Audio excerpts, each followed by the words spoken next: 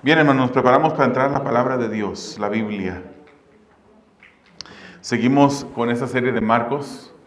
Estamos capítulo por capítulo. El día de hoy vamos a estar entrando ya al capítulo 10 de Marcos. Capítulo 10 de Marcos. Le invito a que abra sus Biblias allí.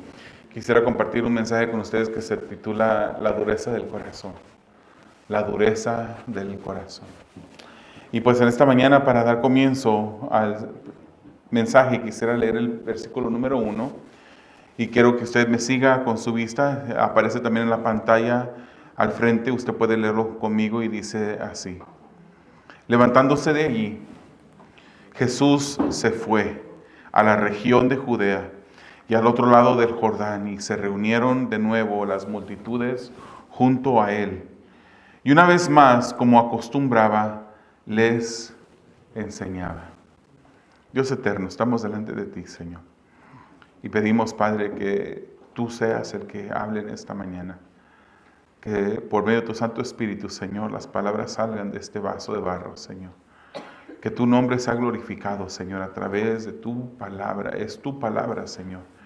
Pedimos que ella sea la que hable en nuestras vidas, cambie nuestros corazones, que nos mueva a examinar, Señor, si en nuestra vida hay partes de nuestro corazón que están endurecidos, Señor, y que podamos entender tu palabra, no solamente con el punto principal de este pasaje, Señor, sino también que podamos aprender, Señor, qué es lo que tu palabra dice acerca de las diferentes cuestiones de la vida, Señor, que podamos confiar en tu palabra, que podamos recurrir a tu palabra, que podamos aprender eso en esta mañana, Señor. Para gloria y honra de tu Hijo, Señor, te lo pedimos en el nombre de Jesús. Amén. La dureza del corazón. Vamos a estar viendo los versículos del 1 al 12. Y el bosquejo va a ser así más o menos, hermanos. Del versículo 1 al versículo 4 vamos a ver unos corazones que estaban duros. Unos corazones duros. Del versículo 5 al versículo 9 vamos a ver cómo Jesucristo hace un ajuste a esos corazones duros, o por lo menos les da la manera cómo hacerlo. Y los versículos 10 al 12 vamos a ver cómo hay un entendimiento duro aún dentro de los discípulos que seguían a Jesús. Hermanos, la dureza del corazón es algo que es pecaminoso delante de Dios. Dios no le agrada los corazones que están endurecidos. El pecado, hermanos, nos mueve a buscar satisfacer nuestra propia necedad, y muchas veces podemos entender que hoy en día en diferentes lugares hay diferentes religiones que se están practicando, cuando todo debe de venir de un vino, todo vino de un solo Dios que reveló sus escrituras, reveló su palabra por medio de las escrituras. Sin embargo, los corazones del hombre han desviado la palabra por diferentes lugares. Es por eso que debemos esforzarnos cuando estudiamos la palabra, examinarla de una manera detallada. No podemos, hermanos, pensar que nosotros podemos discernir qué es lo que es palabra de Dios y qué es lo que no es palabra de Dios si la palabra de Dios no la conocemos, si no abrimos la Biblia y la examinamos. Cuando estamos leyendo la palabra y examinándola, siempre la vemos dentro de su contexto. Estamos mirando, tenemos que ver el contexto literario del libro, de ver los pasajes antes del pasaje que estamos estudiando, los pasajes después del pasaje que estamos estudiando. Tenemos que ver el contexto bíblico, el contexto histórico, el contexto cultural, para entender exactamente qué es lo que la porción de la palabra les quiso decir a la audiencia original. El libro de Marcos no fue escrito con la intención o con la mente de tener a la iglesia del día de hoy en mente. El libro de Marcos fue escrito a un grupo de personas en el primer siglo. Y las personas del primer siglo, cuando escucharon a Jesús predicar, entendían las cosas de una manera diferente. Nosotros tenemos un contexto diferente. Hemos entendido, conocemos cosas diferentes a como ellos lo entendían. Nosotros tenemos que volvernos atrás para ver esos contextos que mencioné hace unos momentos y poder entender qué es lo que la palabra del Señor nos está diciendo. Hoy en día hay muchas religiones que se practican y muchas personas practican y entienden algún versículo, lo ven en la Biblia y lo interpretan de una manera diferente a otras personas. Es por eso que necesitamos la seriedad en la palabra. Es por eso que necesitamos saber las técnicas de estudio para poder interpretar correctamente lo que la Biblia dice. Y lo que la Biblia dice es la palabra de Dios. La Biblia es la que nos da la palabra de Dios, no la historia, no la cultura, no las tradiciones. Eso no son palabra de Dios. La palabra de Dios está inspirada por el Espíritu Santo en este libro que llamamos la Biblia. Ella ha de ser nuestra regla de conducta, la que nos guía en diferentes asuntos de la vida. Pero el pecado, hermanos, del corazón que está endurecido, tuerce las palabras de Dios. Busca interpretar lo que Dios ha dicho de una manera que no ha dicho Dios. Un ejemplo de eso lo tenemos desde el comienzo con la serpiente en el jardín del Edén. Cuando Dios les había dicho a Adán y a Eva, les había dicho, de este árbol no pueden comer, de los demás sí pueden. Pero entonces viene la serpiente y agarra esas palabras de Dios y las tuerce, y él se vuelve en un intérprete torcido de la Biblia, de la palabra de Dios. Y dice, con que Dios os ha dicho que no pueden comer de ningún árbol. Sabe Dios que el día que de ese árbol comas, serás igual a Él. Y le pone a la mujer este pensamiento de que agarre y estire su mano. No sabemos qué tipo de fruta era, la Biblia no nos dice, era un fruto. Muchos artistas dibujan un árbol de manzanas, pero no sabemos si eran manzanas. No sabemos qué fruto era, pero esa mujer fue engañada, Eva fue engañada por la serpiente, y su esposo, que era quien señoreaba sobre ella, no supo dirigirla. Y también mordió de esa fruta. Pero el punto aquí es de que Satanás torció las palabras de Dios. El día de hoy, hermanos, vamos a ver cómo un grupo de fariseos llegaron a torcer también la palabra de Dios. ¿Se recuerda quién eran los fariseos? Eran religiosos, eran personas que estudiaban, entre comillas, estudiaban las escrituras. Ellos decían guardar la palabra de Dios, decían guardar las escrituras, pero lo habían torcido, y cuando se enfrentan con Jesús, Jesús los corrige. Vamos a ver el primer punto, los primeros 4 versículos. Sé que ya leímos el versículo 1, pero leamos versículo 1 al 4. Con este primer punto, los corazones duros de los fariseos. Marcos 10, 1 al 4 nos dice así. Levantándose de allí, Jesús se fue a la región de Judea y al otro lado del Jordán, y se reunieron de nuevo las multitudes junto a él, y una vez más, como acostumbraba, les enseñaba. Se acercaron algunos fariseos y, para poner a prueba a Jesús, le preguntaron si era lícito a un hombre divorciarse de su mujer. ¿Qué les mandó Moisés?, les dijo Jesús. Ellos respondieron: Moisés permitió al hombre escribir carta de divorcio y repudiarla. Ellos contestaron a Jesús cuando Jesús les dice: ¿qué es lo que Moisés les escribe? Vayan a las escrituras. ¿Qué es lo que dice el original? ¿De dónde sale este mandato? Ellos dijeron: bueno, pues Moisés permitió que a la mujer se le diera carta de divorcio y repudiarla, despedirla. Hermanos, vemos aquí en este pasaje que Jesús se va de Capernaum. Se recuerda, la semana pasada aún seguía en Capernaum y había dejado ya esa área. Capernaum se encontraba en la área norte de Palestina, en el área que se le conocía como Judea, la zona de Judea, la región de Judea. La región de Judea estaba al norte, quise decir, la región de Galilea estaba al norte. La región de Galilea, la región de Judea estaba al sur. En medio estaba la región de Samaria. Entonces estaba al norte, estaba la región de Galilea, donde estaba Capernaum.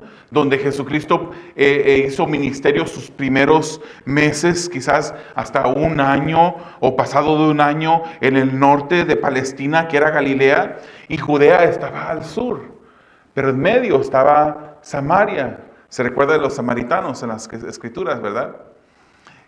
Al lado este de esa región estaba el río Jordán, y los judíos que vivían al norte en Galilea cruzaban el río Jordán al este para pasar por la región de Perea, de modo que pudieran llegar a Judea sin cruzar por Samaria.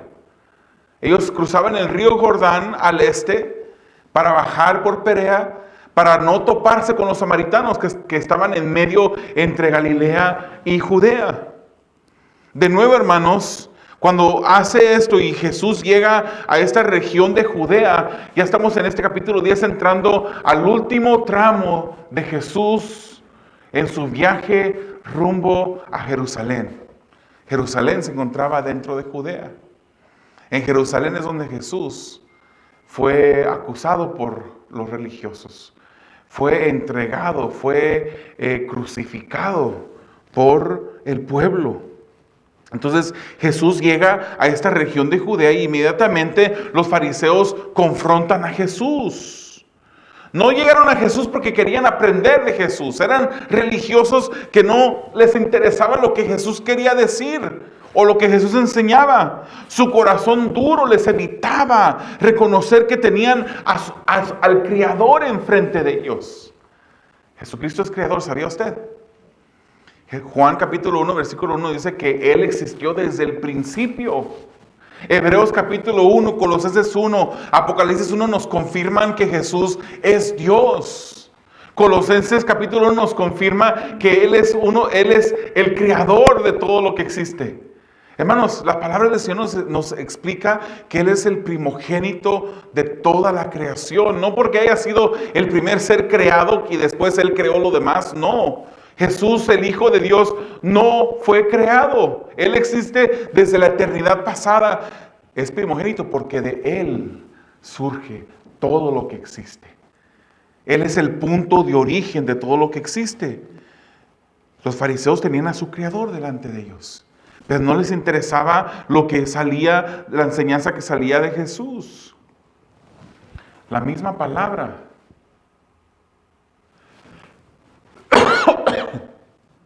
Perdón.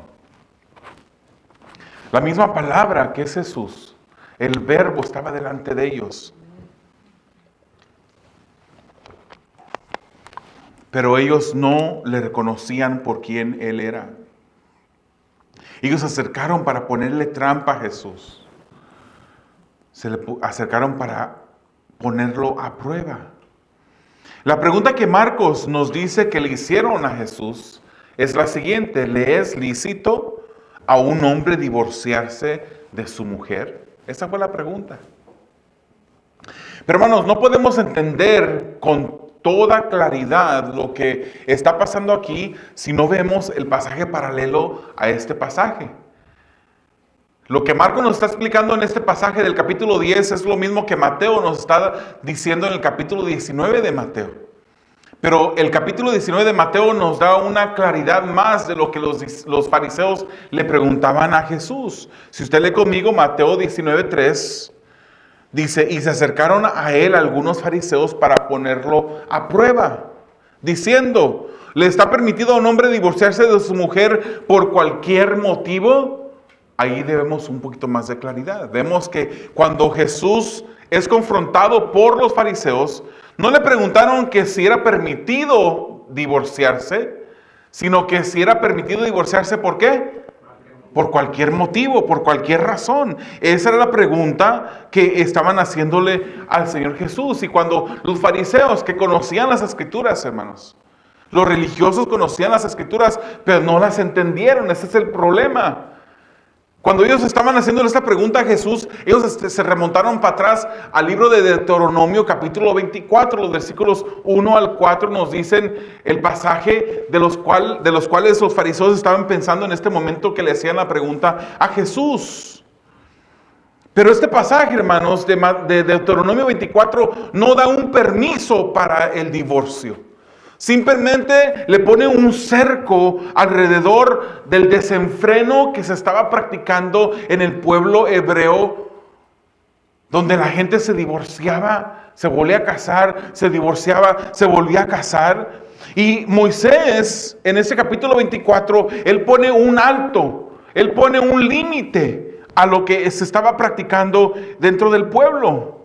Básicamente, si usted lee Deuteronomio 24, del 1 al 4, usted verá que lo que Moisés está diciendo es que si un hombre le daba carta de divorcio a su mujer, a una mujer, y esta mujer se volvía a casar con alguien más, pero luego a esa misma mujer la volvía a divorciar el segundo hombre, el primer hombre no podía tomarla de nuevo como esposa.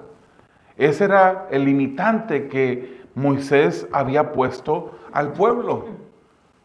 Tomas a esta mujer, te divorcias de ella, se casa con alguien más, luego ese hombre la divorcia, tú ya, si habiéndote divorciado antes de ella, no puedes volverla a tomar como mujer. Eso es lo que Moisés estaba diciendo en Deuteronomio 24. Este pasaje, hermanos, de Deuteronomio no promueve el divorcio, solo lo limita. El hombre no debía de jugar con la mujer. La mujer no era un sujeto a la cual un hombre podía agarrar y soltar y después volver a tomar. Lo que básicamente Moisés está enseñando en este capítulo 24 de Deuteronomio es que debía de respetarse a la mujer. No dejarla y tomarla como quien cambia de calcetines, digamos. Esa era la práctica dentro del pueblo judío en aquel tiempo. Pero Moisés dice, no, la mujer es una persona, alguien a quien se le debe de respetar, se debe tratar con respeto. Los fariseos, hermanos, querían desacreditar a Jesús. Es por eso que le preguntan esto, porque le voy a decir una cosa, dentro de este tiempo, también el pueblo judío se casaba y se divorciaba. Se casaba y se divorciaba. El divorcio era practicado de una manera desmedida. Entonces, cuando los fariseos llegan con Jesús y le preguntan, ¿es lícito que un hombre le dé carta de divorcio por cualquier razón? Lo que los fariseos querían es desacreditar a Jesús delante del pueblo, para que el pueblo, la gente se aglomeraba alrededor de él. La gente estaba allí, él les enseñaba, nos dice el versículo 1. La gente estaba allí, la gente escuchaba lo que Jesús estaba respondiendo a los fariseos. Querían desacreditarlo delante de la multitud de estos fariseos. Pero también, hermanos, es interesante que al estudiar el contexto histórico de este pasaje, nos damos cuenta que en la región donde ahora se encontraba Jesús, era una región que era gobernada por Herodes Antipas. Y Herodes Antipas, hermanos, era una persona que no le hubiera gustado lo que Jesús dijo. Es posible también que los fariseos le preguntaran esta pregunta a Jesús para que Herodes se pusiera en contra de Jesús, para usar las palabras de Jesús en contra de él mismo con relación a Herodes. ¿Se recuerda quién era Herodes? ¿Ha estudiado usted la vida de Herodes? Herodes, hermanos, había mandado matar a Juan el Bautista. ¿Y se acuerda por qué lo mandó matar? Lo mandó matar porque Juan el Bautista se paró frente a Herodes y le dijo la verdad. Le dijo, no te es lícito tener la mujer de tu hermano, le dijo. Herodes era una persona que se había divorciado él mismo y había causado el divorcio entre su hermano y su mujer, para él luego tomar esa mujer como su esposa. O sea que la enseñanza de las Escrituras, que era respaldada por Jesús, obviamente porque de él vienen, no le hubiera gustado a Herodes.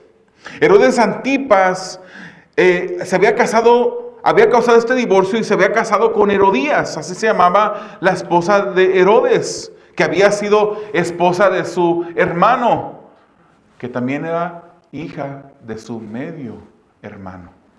O sea que Herodías venía siendo la sobrina y la ex cuñada de Herodes.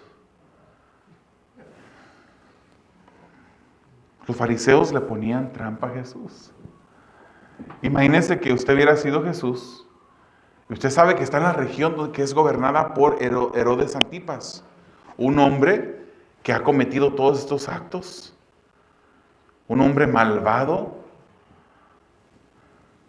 Y vienen los fariseos y le preguntan a usted, ¿es lícito, es correcto que un hombre le dé carta de divorcio a su esposa, a su mujer, por cualquier razón? Entre los judíos habían diferentes escuelas de pensamientos, hermanos. ¿A qué me refiero con esto?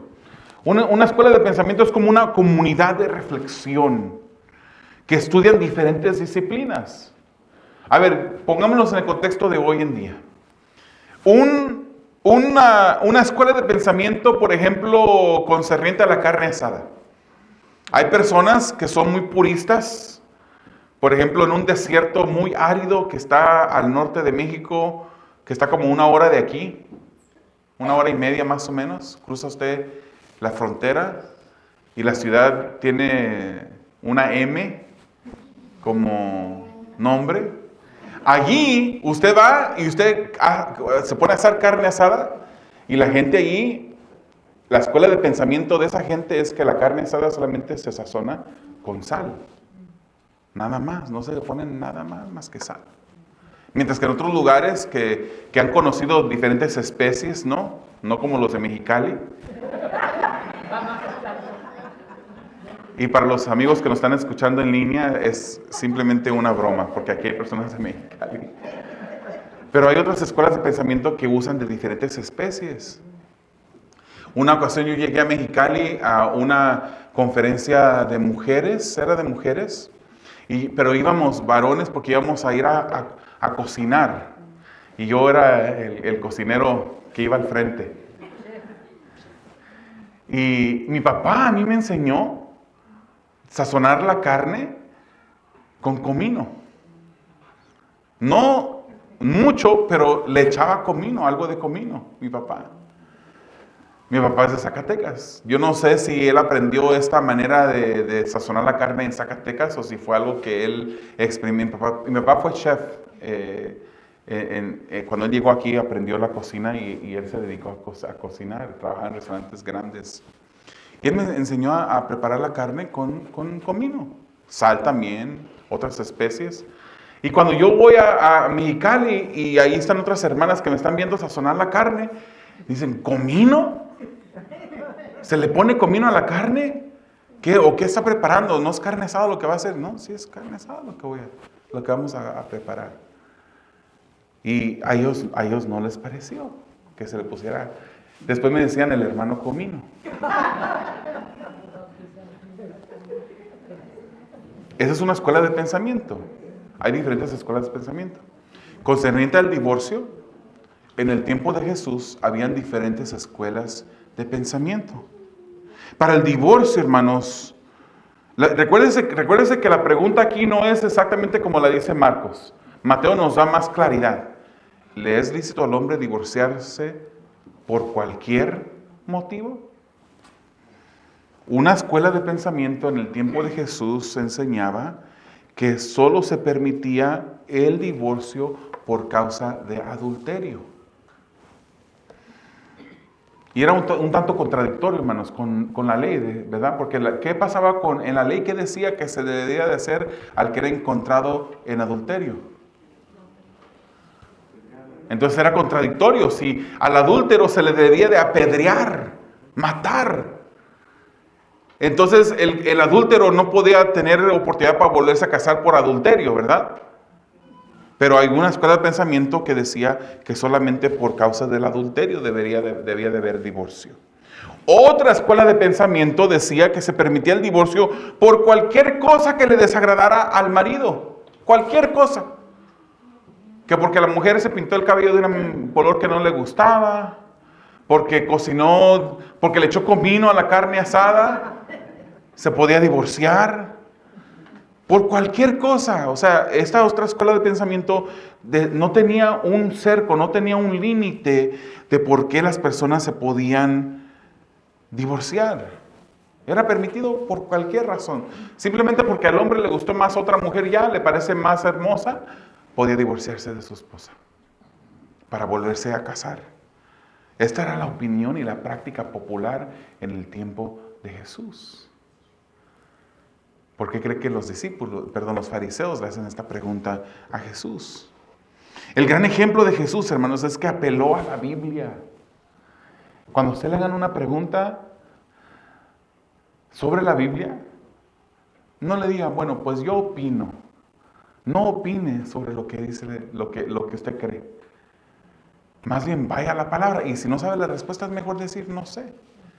Examinemos la Biblia a ver qué es lo que la Biblia dice. Jesucristo los llevó a las Escrituras. ¿Qué es lo que les dijo Moisés? Él pregunta. Le hacen una pregunta, ¿es lícito divorciarse de su mujer por cualquier razón? Jesús les responde, ¿qué es lo que dicen las Escrituras? Jesús los lleva de regreso a Deuteronomio 24 para que vieran bien lo que la ley decía, pero la respuesta de los fariseos demostró que seguían sin entender. ¿Por qué? Porque tenían un corazón endurecido. ¿Y qué dice la Biblia sobre el divorcio, hermanos? Este es un tema, hermanos, que a veces no es muy agradable tocarlo. Porque el divorcio, hermanos, es algo que ha tocado y llegado a diferentes personas. Es difícil hoy encontrar una persona que no haya sido influenciada o que no haya sido afectada por medio del divorcio de alguna manera u otra. Porque aunque usted no haya sufrido un divorcio, hay personas en su alrededor que sí se han divorciado. Quizás sus padres, quizás sus abuelos, quizás sus tíos, ustedes han visto la ruptura de un matrimonio en tiempos pasados. Entonces, ¿qué es lo que dice la Biblia acerca del divorcio? Primero, hermanos, la pregunta no debería ser si hay razones para el divorcio, sino ¿cuántas razones hay para no divorciarse? Es que la persona que pregunta, ¿es posible divorciarme? Es porque ya quieren divorciarse. Es porque planean divorciarse. Pero hermanos, recordemos que el divorcio deshonra a Dios.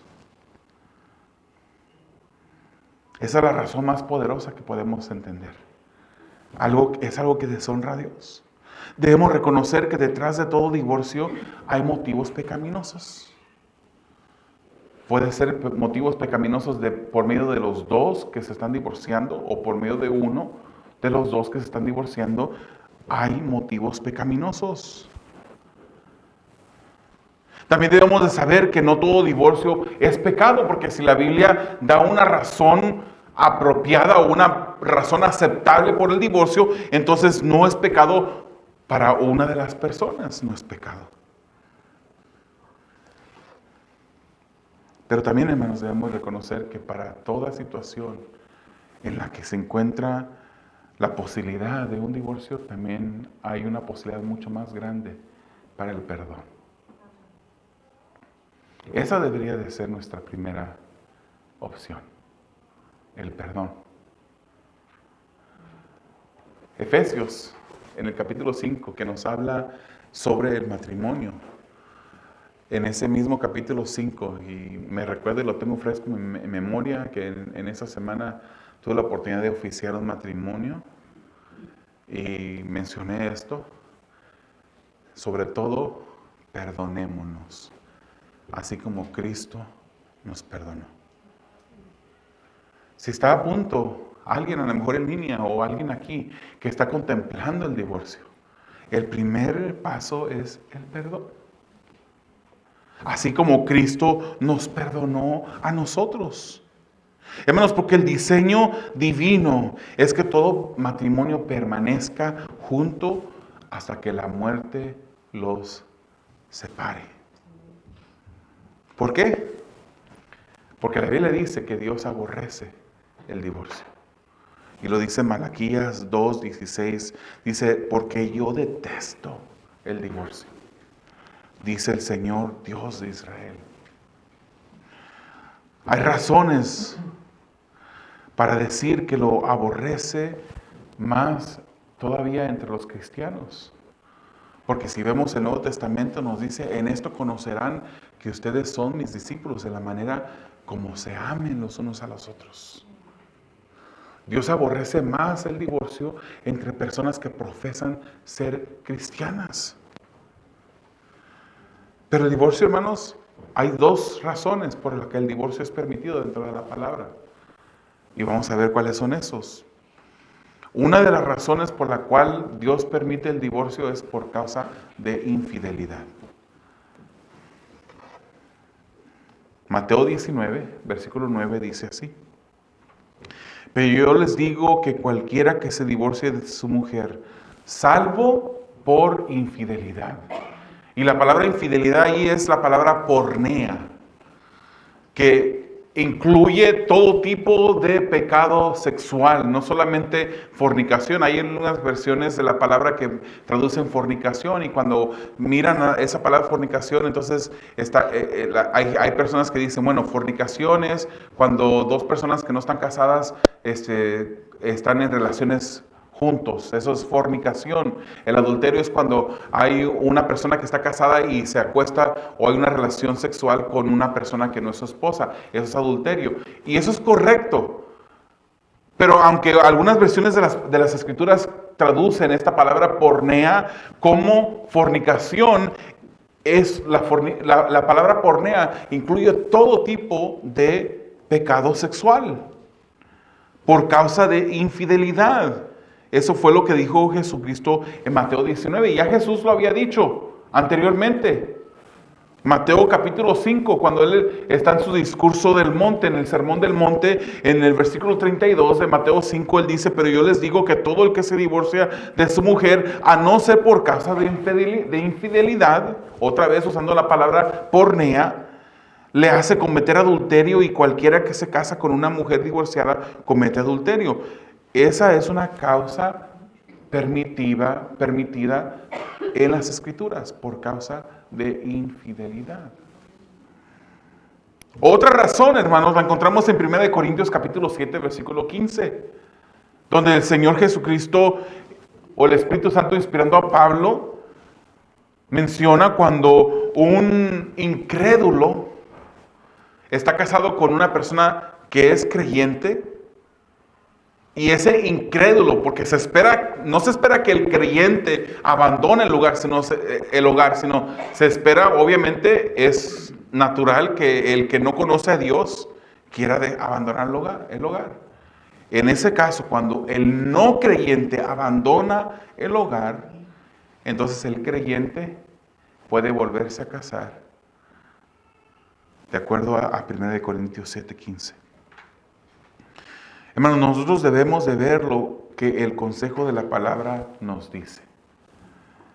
No lo que otras fuentes, otras escuelas de pensamientos nos digan. ¿Qué es lo que la palabra dice sobre todo asunto? La palabra de Dios, la Biblia, es la que nos debe de guiar en todo asunto. Y la Biblia, hermanos, siempre nos dará la respuesta correcta, porque es la palabra de Dios. Veamos los versículos 5 al 9. Jesús ajusta los corazones.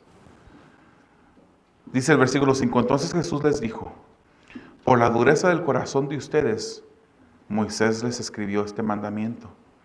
Pero desde el principio de la creación, Dios lo hizo varón y hembra. Los hizo varón y hembra. Por esta razón el hombre dejará a su padre y a su madre, y los dos serán una sola carne. Así que ya no son dos, sino una sola carne. Por tanto, lo que Dios ha unido, ningún hombre lo separe. ¿Cuál fue la respuesta de Jesús? ¿Qué es lo que dice las Escrituras? Vayan de regreso a las Escrituras. Entiendan bien lo que dicen las Escrituras. Y Él agrega, por causa de la dureza del corazón, es que Moisés escribe lo que escribe en Deuteronomio 24.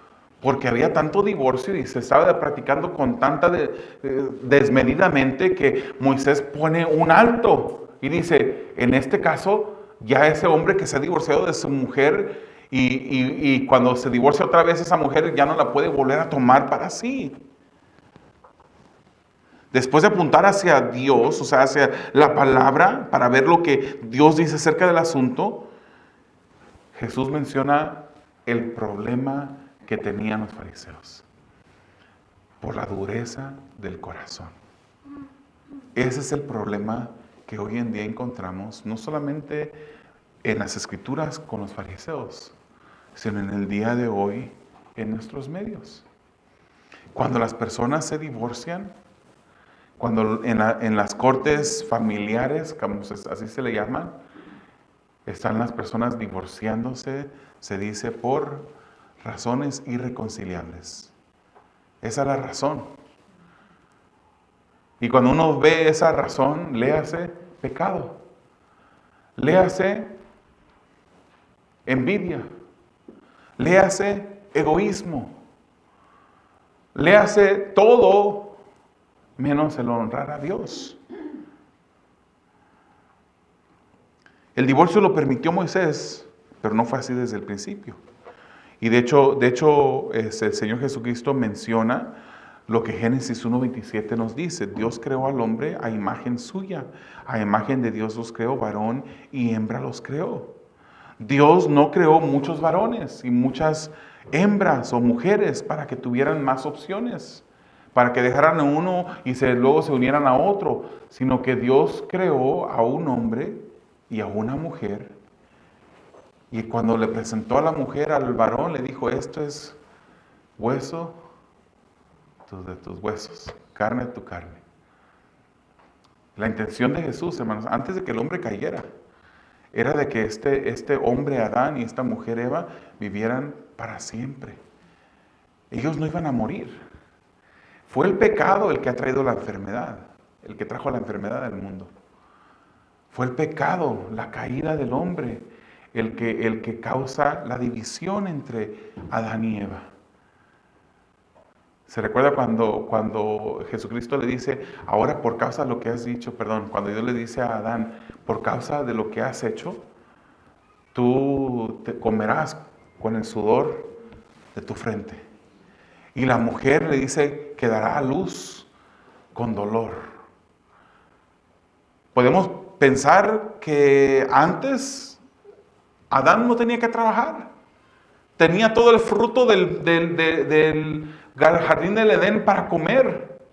La mujer posiblemente daba a luz, muy probablemente daba a luz sin dolores de parto. Y le dice a la mujer, y tu deseo será para con tu marido. Y esto pareciera como que es algo bonito, hermanos, pero es algo que el Señor está mencionando en medio de un caso de pecado entre Adán y Eva. Es una maldición que Dios les está dando en ese momento. Y le dice a la mujer, tu deseo será para con tu marido. Tú querrás enseñorarte de él. Tú querrás tomar el primer lugar. Tú querrás ser señor de tu marido. Dios los creó, varón y hembra, para compartirse la vida por toda la eternidad. Los creó para que fueran una sola carne. Y Génesis 2:24 también el Señor lo cita. Dice, por tanto el hombre dejará a su padre y a su madre y se unirá a su mujer y serán una sola carne. Se unirá a su mujer. Unirse a su mujer, hermanos, connota o denota estar pegados, estar soldados. Cuando se separa algo que está soldado, hermanos, si agarramos simplemente con la loca, ¿verdad? Póngase con la loca en la mano derecha y le pone con la loca en la mano derecha, izquierda de su esposa y la agarra de la mano así y se pega. Esa es la idea. Están pegados, son una sola carne. Están soldados juntos. Y luego trate de separar eso para que vea el dolor que causa eso. Eso es lo que causa el divorcio. Cuando se desune el matrimonio, hay dolor. En diferentes tipos de dolor se manifiesta. Dios es el que los une y el hombre no debe intentar de ir en contra de la voluntad de Dios. Cuando el hombre va en contra de la voluntad de Dios, hermanos, es por causa de su corazón duro. Cuando un creyente lo hace, es porque una parte de su corazón se está endureciendo. No estamos hablando, hermanos, de que si alguien a usted le metió el divorcio, pues esa fue la otra persona. El punto central del pasaje lo vemos en los corazones duros de quienes rechazaron a Jesús, los fariseos. Ahora, ¿qué dice la Biblia sobre el matrimonio? Pablo nos revela el misterio que existió desde el principio. Dice Efesios 5, versículo 28. Así deben también los maridos amar a sus mujeres, como a sus propios cuerpos. El que ama a su mujer, a sí mismo se ama. Porque nadie aborreció jamás su propio cuerpo, sino que lo sustenta y lo cuida, así como también Cristo a la iglesia. A la mujer se le dice, sujétate a tu marido. Al marido se le dice, ama a tu esposa. No de cualquier manera. A la mujer se le dice que obedezca, que se sujete a su marido, así como la iglesia se sujeta a Cristo. Y al hombre le dice que ame a su esposa como Cristo amó y ama a la iglesia. Dice el 30, porque somos miembros de su cuerpo. Por esto el hombre dejará a su padre y a su madre y se unirá a su mujer y los dos serán una sola carne. Grande es este misterio, dice Pablo. Pero hablo con referencia a Cristo y a la iglesia. En todo caso, cada uno de ustedes ame también a su mujer como a sí mismo y que la mujer respete a su marido. A los recién casados esta semana les leía esta escritura. Les leía el último versículo. En todo caso, el hombre ame a su mujer y la mujer respete a su esposo. Es lo que dice Pablo. Y más que decir que es lo que dice Pablo, es lo que dice Dios. Porque el Espíritu Santo es el que inspiró a Pablo a escribir estas líneas. Hermanos, Cristo nos eligió a nosotros y nos amó. Ese es el camino al matrimonio. Elegir bien y luego amar tu elección. Elige bien y luego ama tu elección. Cristo nos ama, hermanos, no por quienes somos, sino que nos ama a pesar de quienes somos. Que así sea en nuestro matrimonio. Al fin de todos, hermanos, somos dos pecadores que estamos unidos en este vínculo de matrimonio. Pablo nos manda a nosotros a amar a nuestras esposas como a nuestros cuerpos, a sustentarlas, a cuidarlas, a tratarlas como nuestra propia carne, con amor y con respeto. Si así fuera, hermanos, nunca hubiera mención de la palabra divorcio en los matrimonios. Ni siquiera se pensaría la palabra divorcio. Hermanos, también no olvidemos que el punto más profundo del pasaje es el corazón duro, que fue la causa de la desviación de los fariseos. No importan las opiniones ni fuentes de pensamiento por encima de la palabra. La Biblia siempre nos da la respuesta a nuestras preguntas y corrige la dureza del corazón. Vamos al último punto, hermanos. Versículos 10 al 12, el punto, el corazón difícil de los discípulos.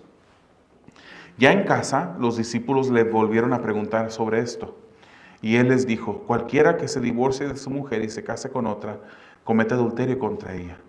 Y si ella se divorcia de su marido y se casa con otro, comete adulterio. Regresaron a casa, pero los discípulos, como vemos en otros pasajes, hermanos, continuaron sin entender. ¿Se recuerda que hemos visto esto? Que el Señor hace una enseñanza en público y luego llegan a casa y los discípulos le preguntan más sobre el asunto a Jesús. Así pasó aquí. Le preguntaron a Jesús porque necesitaban más claridad y Jesús solo afirma lo que fue desde el principio. Menciona lo que dicen las Escrituras, lo que Dios estableció. Dios sigue aborreciendo el divorcio. Posiblemente, hermanos, esto fue duro para los discípulos entender. Hermanos, cuando Pablo escribe la carta de Efesios, donde él dice que la mujer se someta a su marido y que el marido ame a su esposa como Cristo amó a la iglesia, estaba escribiéndolo en un contexto Por eso es importante saber el contexto, para ver cómo es que la iglesia de Éfeso entendió esto, para que nosotros podamos entender el mensaje. En ese contexto histórico, el hombre se adueñaba de la mujer. La mujer simplemente era una pertenencia del hombre.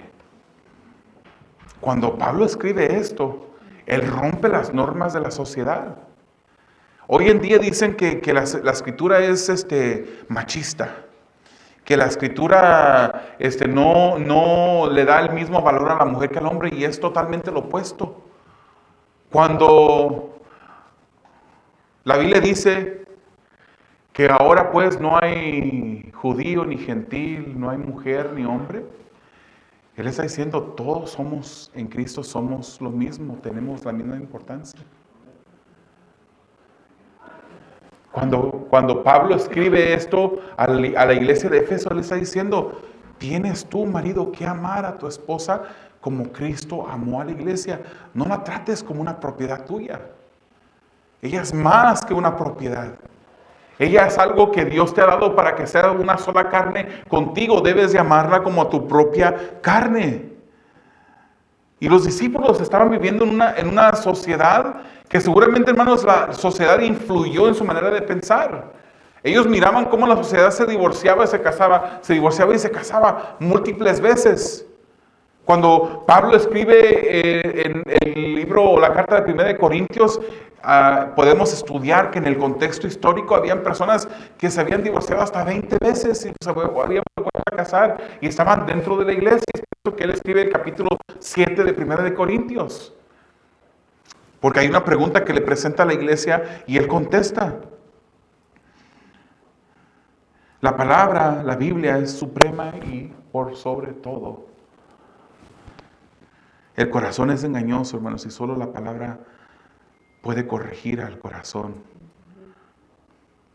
No dejemos que la iglesia sea influida por la sociedad, por la manera de pensar, las corrientes de pensamiento que hay en el mundo. Cuidemos nuestras vidas. Pidamos a Dios, hermanos, que Él nos libre de la dureza de corazón que aún como discípulos podemos tener. Tenemos a un Dios grande, hermanos, que cuando le pedimos conforme a su voluntad, creyendo en el nombre de Jesús, Él lo da. ¿Es la voluntad de Dios que tengamos corazones duros? No. Ese pasaje habla del divorcio, pero el punto principal, la raíz, es el corazón duro. Ahí lo menciona Jesús. El corazón duro que desvía a las personas de no seguir lo que el Señor dice, sino más bien lo que ellos quieren hacer. Eso es el problema. El matrimonio es algo que fue instituido por Dios, hermanos. Y ya vamos cerrando, pero si Dios te ha dado a ti la bendición de honrarlo a Él, guardándote del divorcio, te hago una petición en este día. No juzgues a tu hermano, o a tu hermana que ha pasado por un divorcio. No los juzgues. No hay matrimonio perfecto. ¿Se acuerda? Lo dije. Son dos pecadores que se han unido para hacer una sola carne. Dos maneras diferentes de pensar. Dos maneras diferentes de ver las cosas. Algunos colores, mi esposa dice que son verdes y no son gris. Uno de esos tonos así un poquito así como que están un poquito mezclados que parecen, para mí yo los miro grises, ella los mira verdes. Mi esposa cuando hace enchiladas, ella no hace arroz. Y a mí me encanta comer arroz con enchiladas. Mi esposa dice, pero la enchilada tiene carbohidratos, es tortilla y luego vas a unirlo con arroz, que es carbohidrato también. Así me gusta a mí.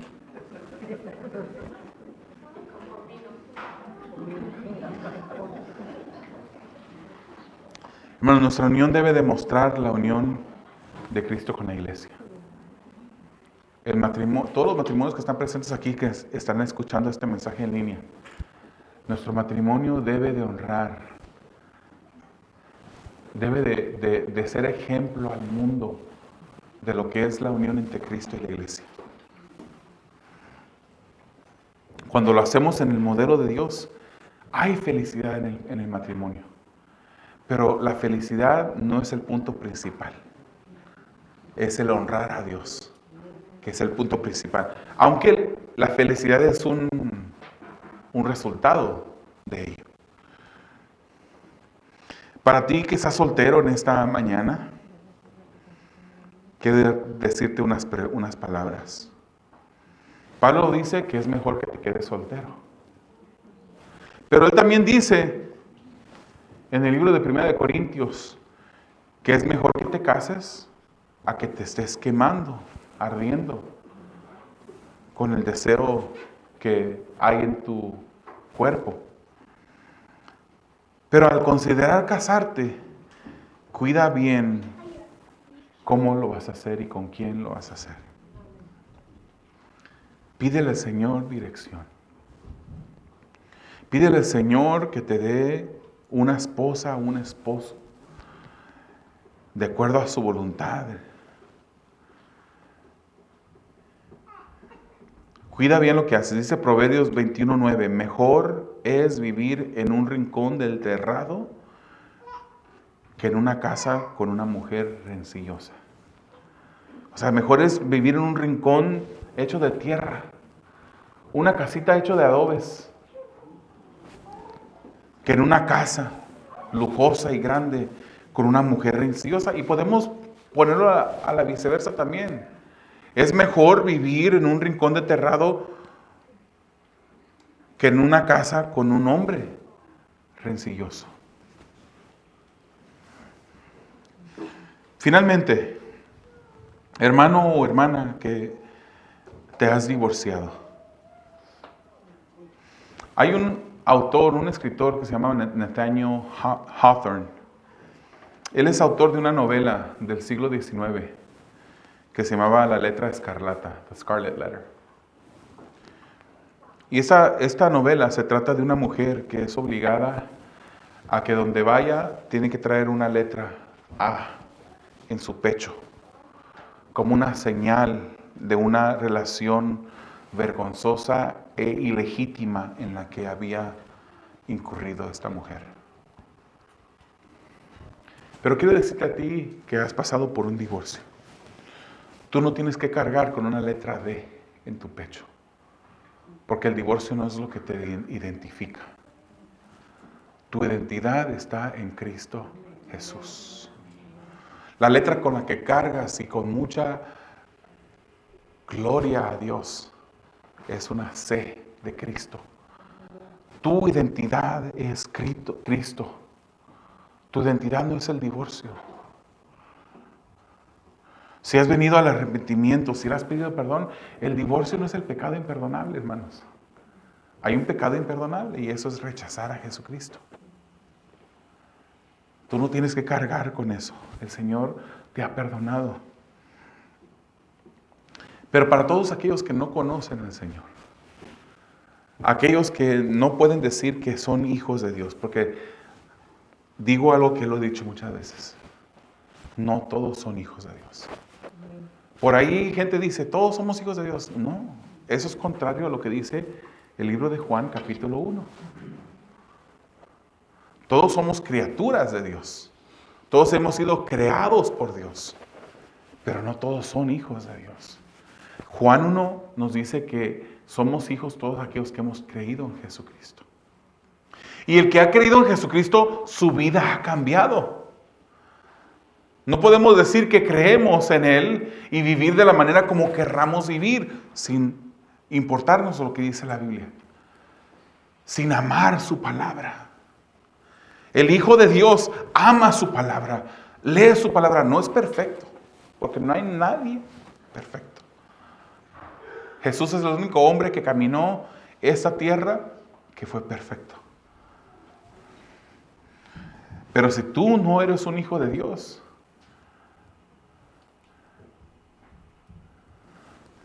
tú traes una letra escarlata en tu pecho que te identifica como tal.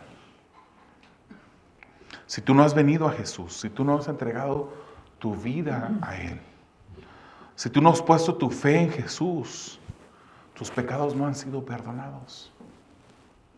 Tus pecados no han sido borrados. La palabra del Señor nos dice en Efesios capítulo 2, versículos 8 y 9, que somos salvos por gracia mediante la fe. Y eso no es obra de nosotros, para que nadie se gloríe, dice Efesios.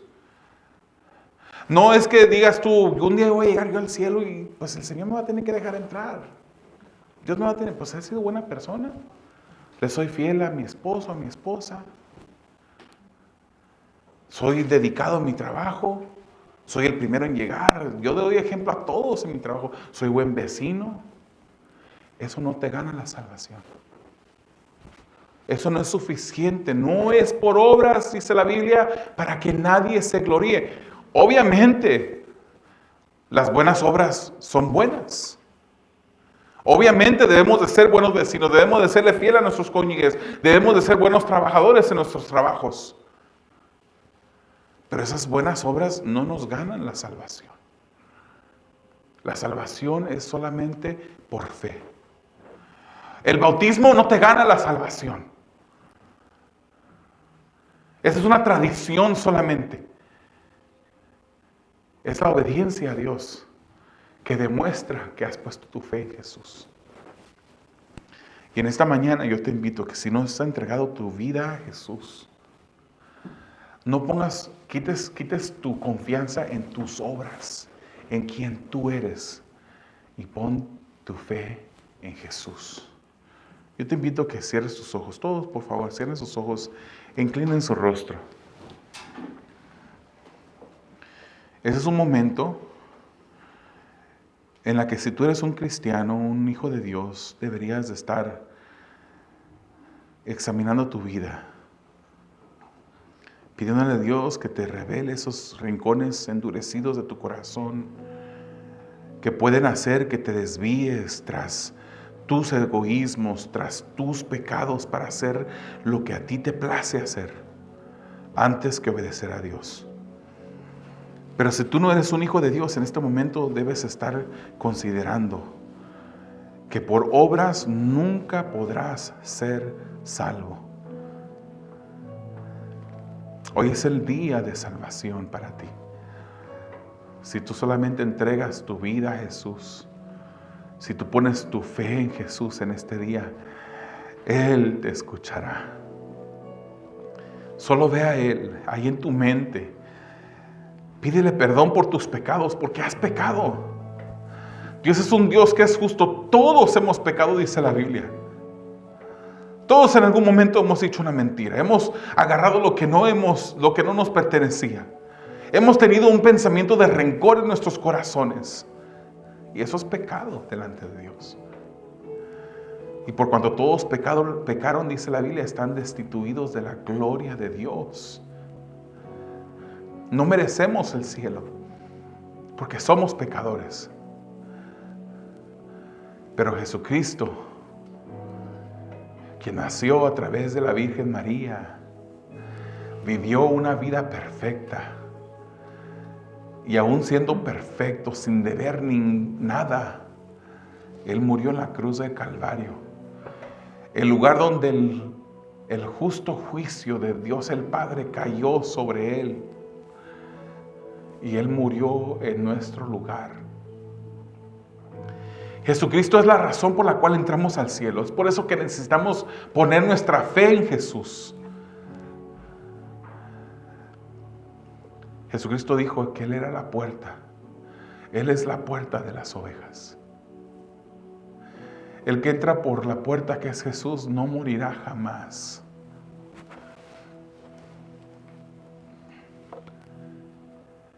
Y esta muerte es una muerte espiritual a la que se refiere la Biblia. Nuestro cuerpo se va envejeciendo. Salen dolores en diferentes partes del cuerpo que antes no conocíamos.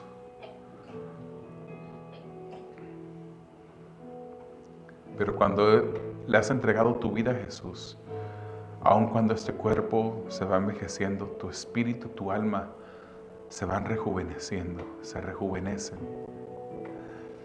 Y si tú pones tu fe en Jesús, tienes una garantía, no de mí, sino de parte de Dios, de que un día entrarás al cielo.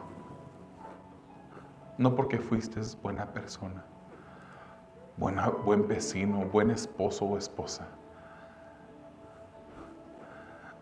sino porque pusiste tu fe en Jesús. Amado Dios, delante de ti estamos, Señor, y pedimos que tú obres en nuestras vidas.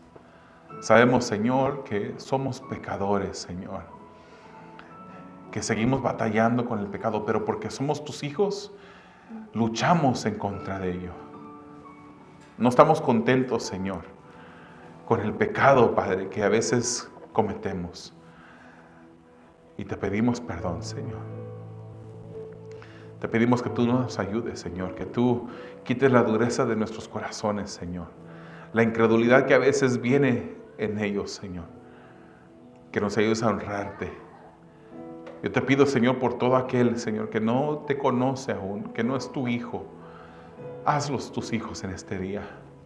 Quita la venda que les ciega. Da vida, Señor, donde hay muerte. Pon esa fe, Señor, en sus vidas. Una fe salvadora en tu Hijo Jesucristo, Señor. Confiamos que tú lo puedes hacer, Señor. Y lo pedimos para tu gloria en el nombre de Jesús. Amén.